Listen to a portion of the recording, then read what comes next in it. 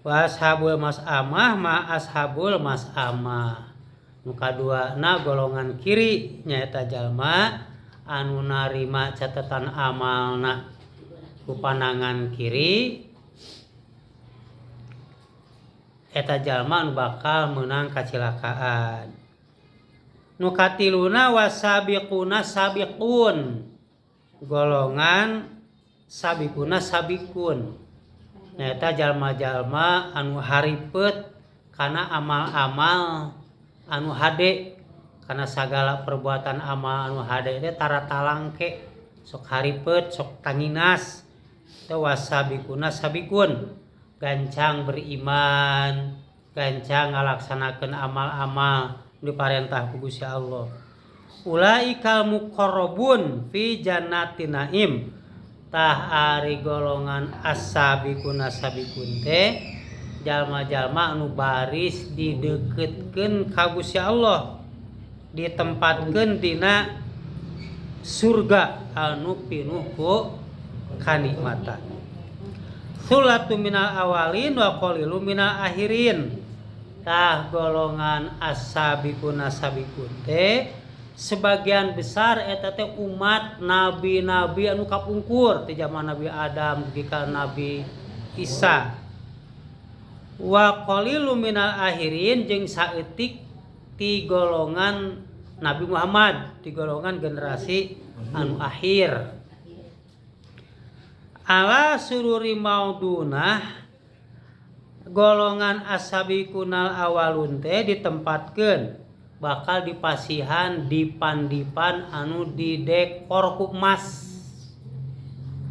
Muttaqiina 'alaiha, nyarane bersandar dina eta dipan teh, mutaqabilin ngarariung berhadap-hadapan.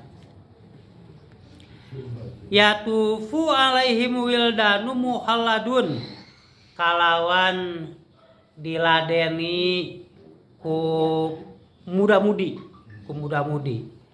wildanum muhalladun, anak-anak anu muda anu menyantuni anu ngaladenan jalma-jalma anu kaasup golongan as-sabiqunas sabiqun.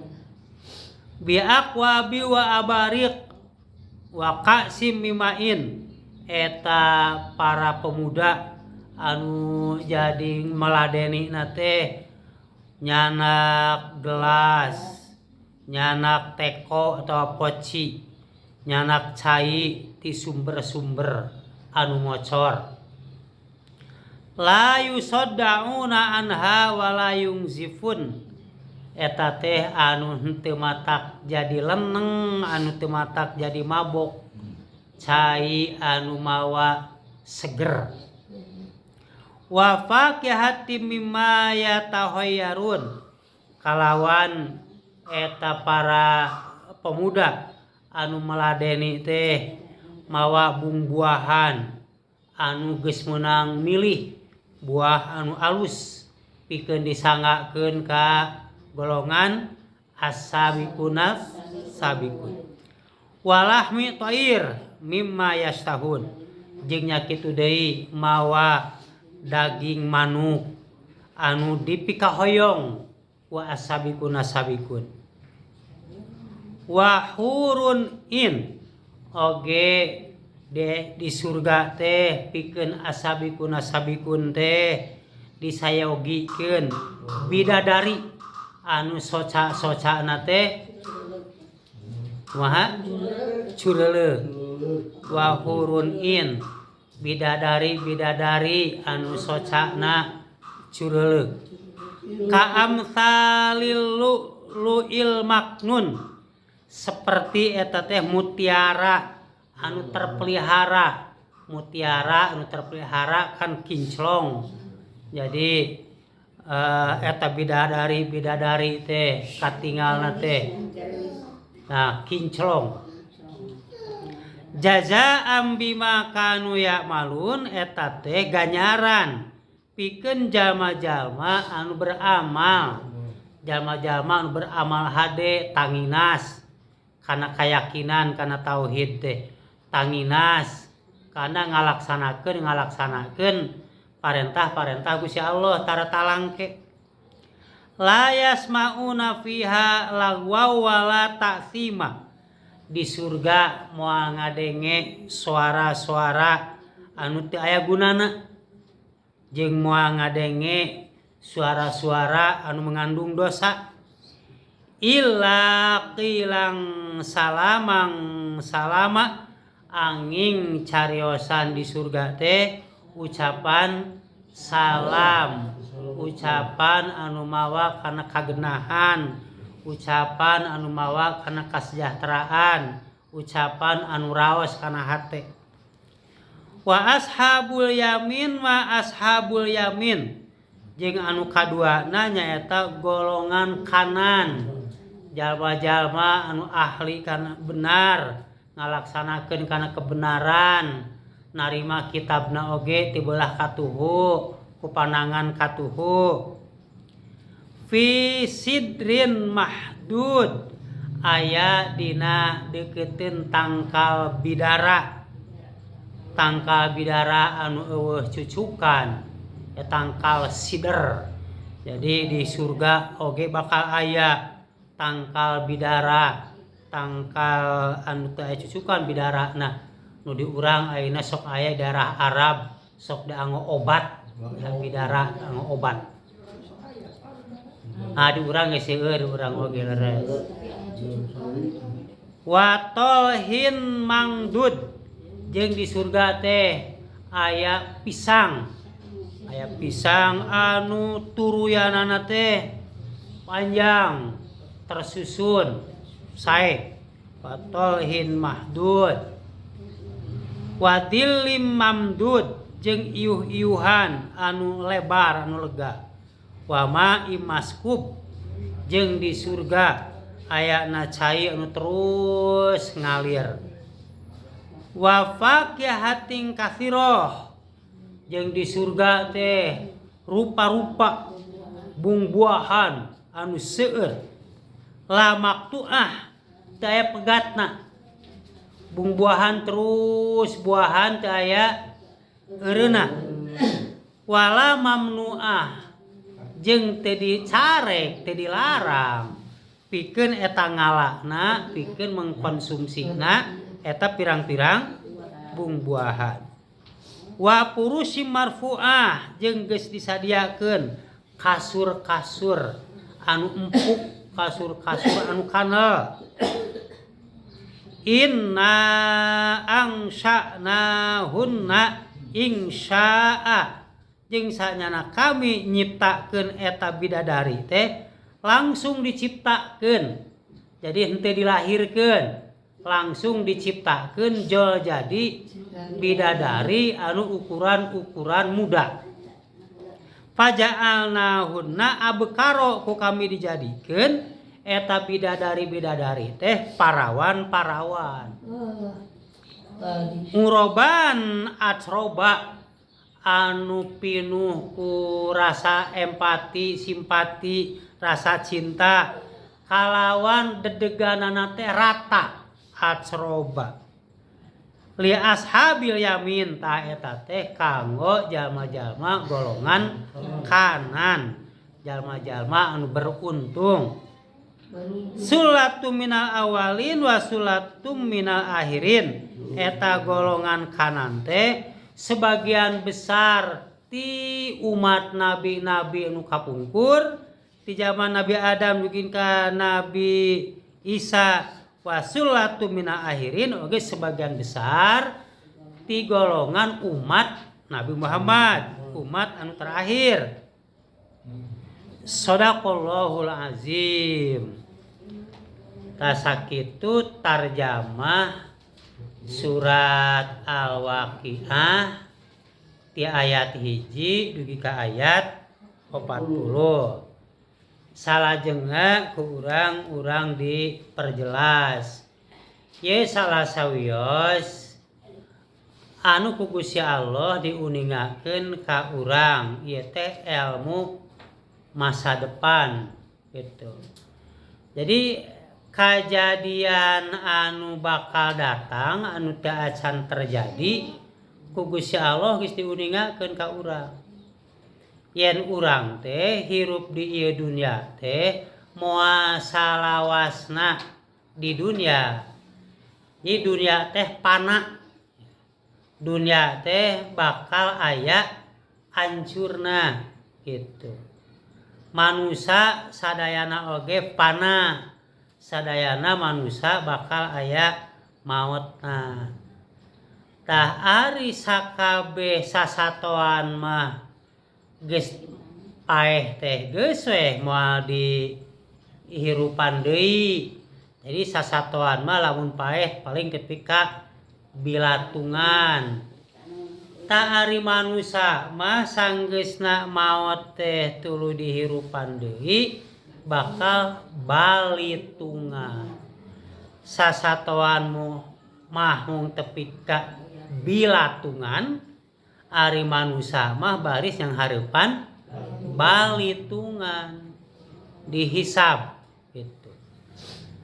Nah tadi terus disebat waktu engke dihisab teh terbagi 3 golongan.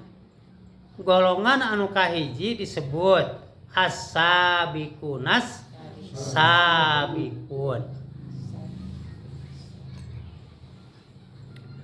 As-sabiqunas sabiqun teh nu hartina golongan anu tanginas, golongan anu ti heula.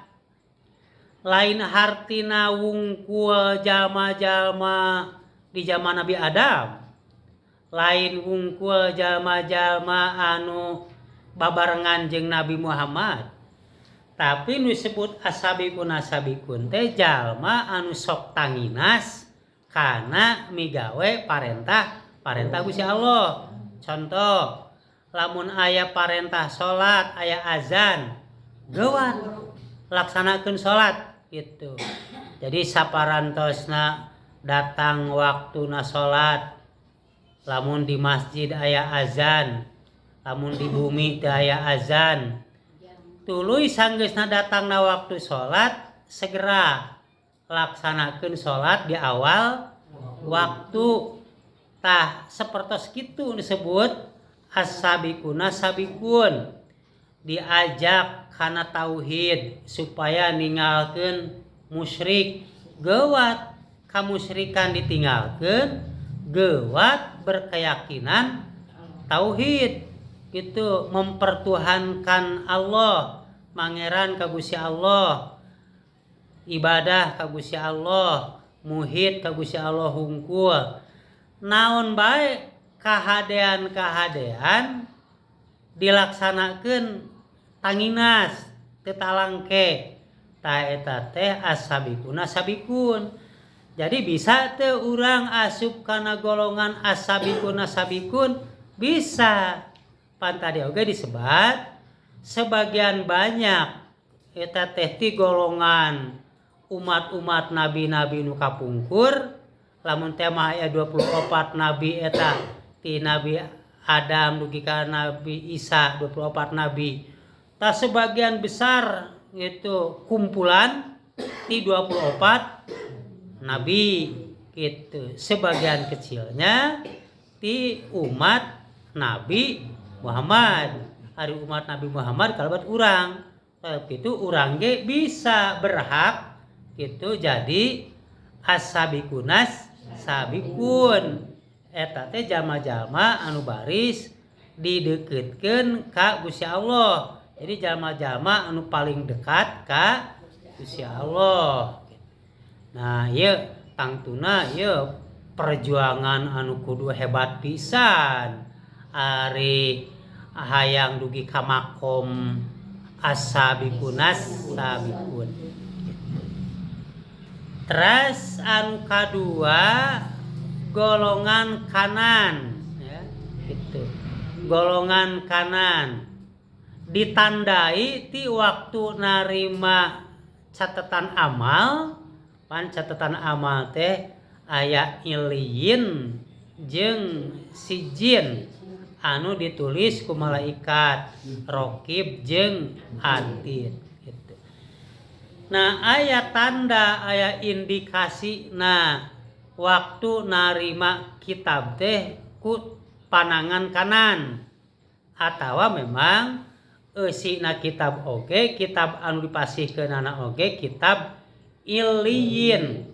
Jadi catatan-catatan amal-amal anu sararae gitu. Tah ieu oge sami bakal dijadikeun ahli surga. Jadi asabikun nasabikun ahli surga gitu. Golongan kanan oge ahli surga. Tadi sifat-sifat surga nah tos disebatan gitunya.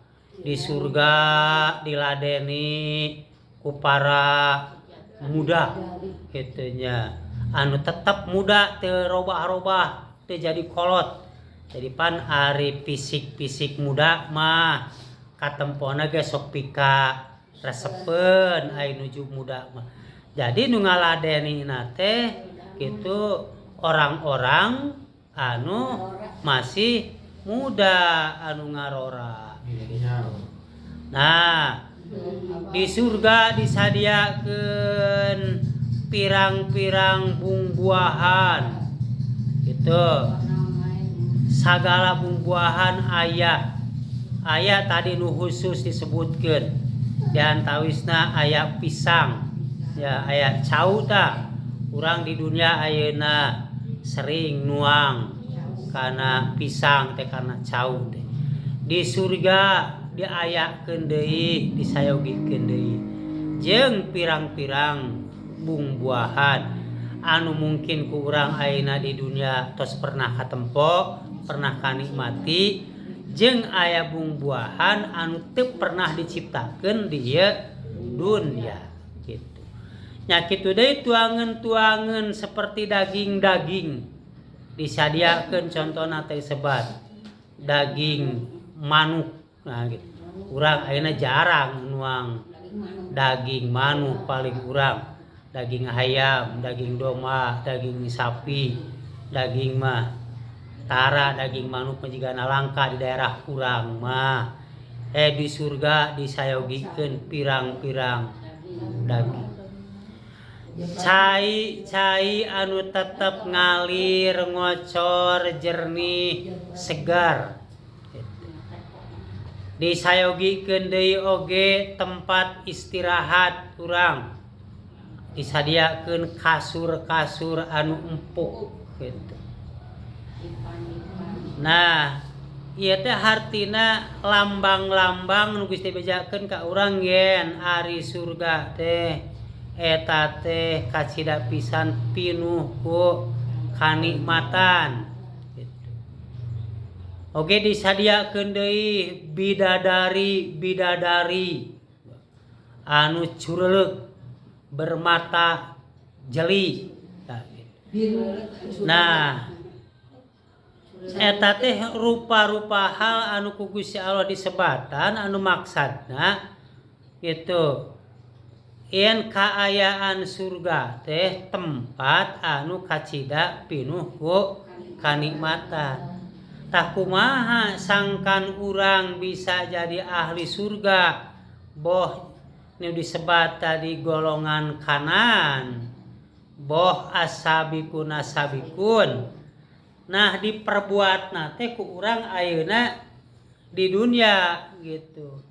Jadi kumaha memposisikeun urang sangkan jadi ahli surga.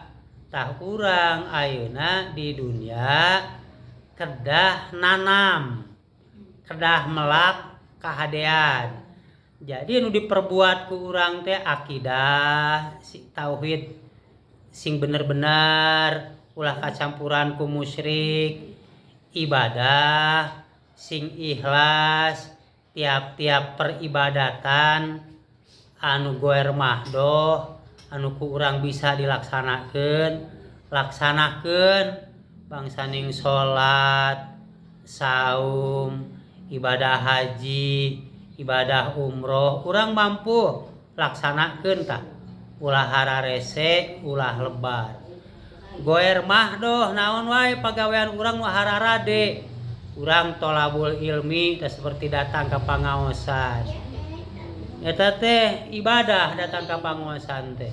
Ibadah goer mahdoh nyaeta tata carana mah teu ditetepkeun teu ditangtoskeun boh poena boh metodena gitu.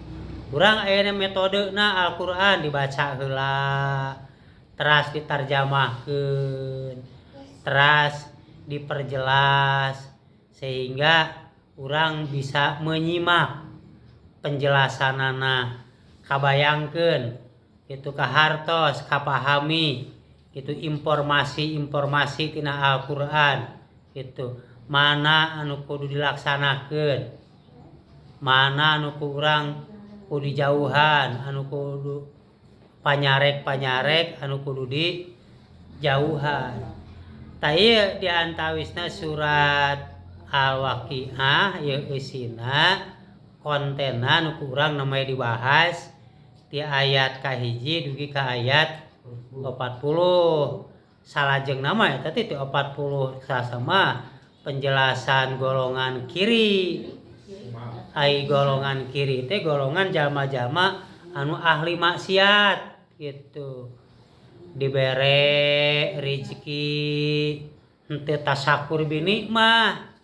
Dibere rezeki teh kalakah dipake mubazir, kalakah dipake pikeun maksiat gitu. Tuluy deui teu daek ibadah. Tuluy deui akidahna teh kalahka musyrik gitu. Tah jalma-jalma anu ditandai narima kitabna, narima buku sijin itu ditarima ti belah kenca kuleungeun kenca. Tah cilaka lamun jadi golongan kiri sabab bakal ditempatkeun di neraka gitu. Di neraka teu aya inuman, angin, cai anu ngagolak, anu di mana dileueut teh kalakah pegat gitu, pejit gitu. Aya oge nanah jeung getih. Nyaeta nanah getih anu merjih ti jalma-jalma eta di arinum. Yani seperti lamun urang ngagoreng lauk, ngagoreng daging sok kaluar tah si caina gitu. Tah dina neraka aya nanah, aya getih, tah eta anu bakal diinum ku jalma-jalma ahli neraka.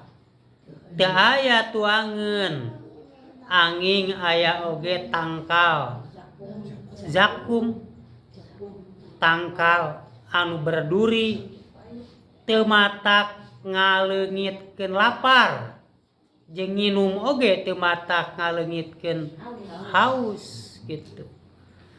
Mangkaning dina neraka teh layamutu fiha walayahya. Di neraka teh hirup teu neut, paeh teu hos.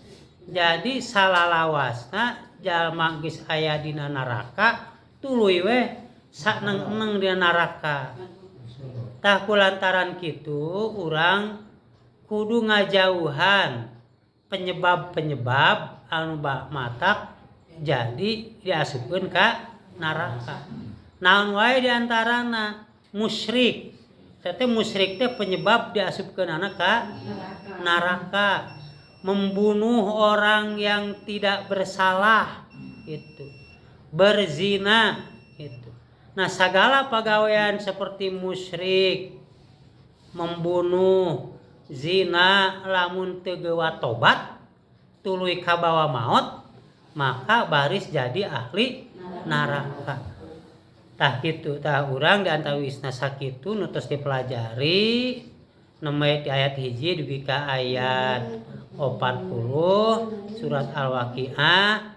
Geus tangtu di urang mah di umat Islam di bangsa Indonesia, umat Islam Indonesia, surat Al-Waqiah teh kaasup surat anu sok diutamakeun, sok dipilih sabab dipercaya minang maca surat Al-Waqiah bakal ngadeukeutkeun babari menang rezeki cenah kitu nya. Nya tadi nu terangkeun nu paling pokona pisan mah ieu teh kebahagiaan di akhirat gitu. Jadi surat Al-Waqiah sanes hungkul dibaca tuluy dijimatkeun ya, tapi dibaca, dipahami, disimak sehingga jadi ilmu, mana parentah laksanakeun, nu dilarang jauhan, nu perlu diyakini kurang sing diyakini. Jadi sadaya dawuhan Gusti Allah mah ti Al-Fatihah ka Anas baca tuluy ku urang dipelajari isina tur ku urang diamalkeun. Insyaallah diberkahkeun di dunia, rezeki diberkahkeun, oge diberkahkeun di akhirat jadi ahli surga. Sakitu kapihatur alhamdulillahirabbil alamin. Assalamualaikum warahmatullahi wabarakatuh.